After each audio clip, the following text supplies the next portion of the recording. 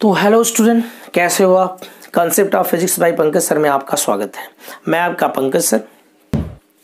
आज हम लोग एक बेसिक लेक्चर करेंगे और वो लेक्चर होगा आपका बच्चों विद्युत आवेश और द्रव्यमान में अंतर क्या होता है, ये थोड़ा सा हम लोग जान लेते हैं।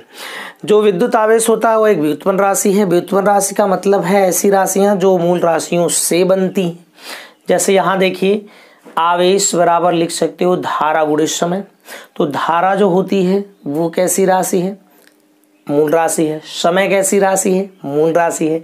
इनको मिलाकर जो आवेश बना है राशि वो व्युत्पन्न राशि है। द्रव्यमान जो मूल राशि होता है वो 7 राशियों में द्रव्यमान होता है, इसलिए मूल राशि यही है। ये धनात्मक ऋणात्मक हो सकती है। धनात्मक ऋणात्मक का मतलब है बच्चों कि अगर किसी वस्तु ने इलेक्ट्रॉन का त्याग किया है तो उस वस्तु पे धनावेश आता है। अगर उसने इलेक्ट्रॉन का ग्रहण किया है तो उस पर क्या आता है, ऋणावेश आता है। लेकिन द्रव्यमान हमेशा और हमेशा क्या होता है, पॉजिटिव होता है, यानी धनात्मक होता है। अब द्रव्यमान में ये नहीं बता सकते हैं कि जो द्रव्यमान है वो किसी वस्तु का अगर द्रव्यमान है तो वो सदैव ही आप ये बताओगे कि ये धनात्मक होता है। ऐसा थोड़ी बोल सकते हो कि भाई इसका जो द्रव्यमान है वो ऋण 2 किलोग्राम है, ऐसा नहीं होता है। ठीक, ये जो होता है वेग पर निर्भर नहीं करता है। कौन, विद्युत आवेश जो होता है वो वेग पर निर्भर नहीं करता है। जैसे कोई वस्तु को आपने इसे मान लीजिए चार्ज कर दिया और इस पे 5 कूलाम का आवेश आ गया और मैं इसको लेकर दौड़ने लगा और मेरा वेग 20 मीटर पर सेकंड है, तो उसके आवेश में कोई परिवर्तन नहीं होगा। यानी कि जो आवेश होता है वह वेग पर निर्भर नहीं करता है। ठीक, लेकिन द्रव्यमान बच्चों वेग पर निर्भर करता है। जैसे हम लोग जो आम जिंदगी में जितनी वस्तुएं देखते हैं वो जो वस्तु होती है वो वस्तु प्रकाश की स्पीड से बहुत कम स्पीड में चलती है। इसका मतलब क्या आप ये कह सकते हो कि प्रकाश की चाल की तुलना में आमतौर पे जितनी भी आप कार देख रहे हो, है ना, ये सभी कार, ट्रेन, एरोप्लेन जो देख रहे हो, उसकी स्पीड जो है वो लाइट की स्पीड की तुलना में बहुत ही कम है, या नगण्य कह सकते हो। तो हमें इसका इफेक्ट नहीं पड़ता है या हम ये नहीं जान पाते हैं कि उसका द्रव्यमान बदला है। परंतु आइंस्टीन का जो सापेक्षता सिद्धांत है उसमें ये बात पाई गई कि जो द्रव्यमान है वो भी बदलता है।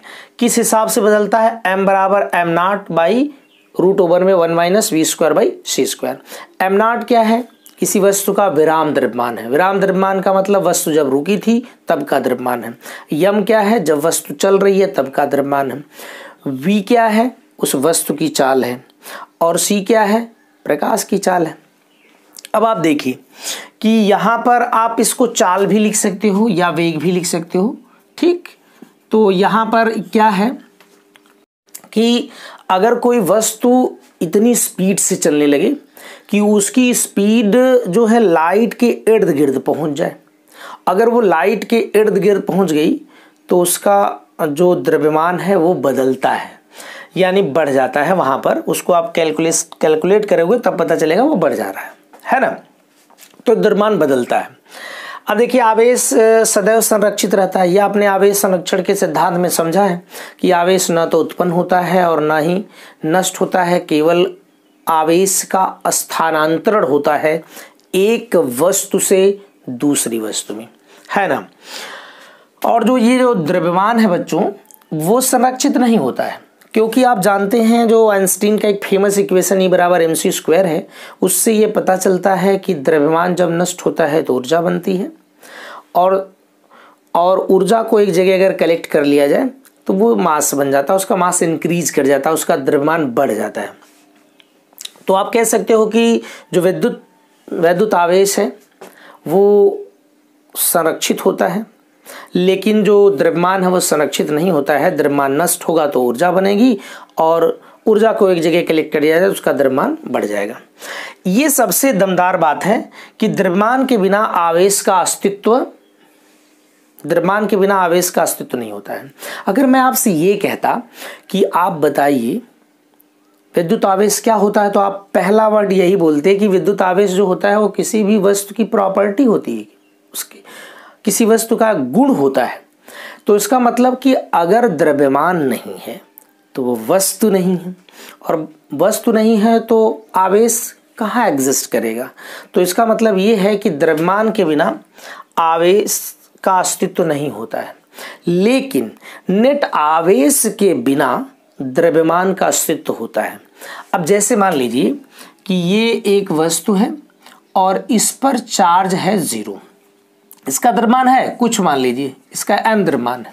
तो बेटा अगर इसका द्रव्यमान m है तो इसका आवेश 0 हो गया, इसका मतलब ये वस्तु नहीं रहेगी, रहेगी। इसका मतलब ये हुआ कि आवेश इस पर 0 है, और आवेश 0 होने का क्या मतलब है कि उसके प्रोटॉन और उसके इलेक्ट्रॉन दोनों सेम मात्रा में रहे होंगे, जितना धन उतना ऋण रहा होगा, तभी इस पर नेट चार्ज कितना हो गया, 0। लेकिन नेट चार्ज 0 होने का ये मतलब नहीं है कि वस्तु नहीं है।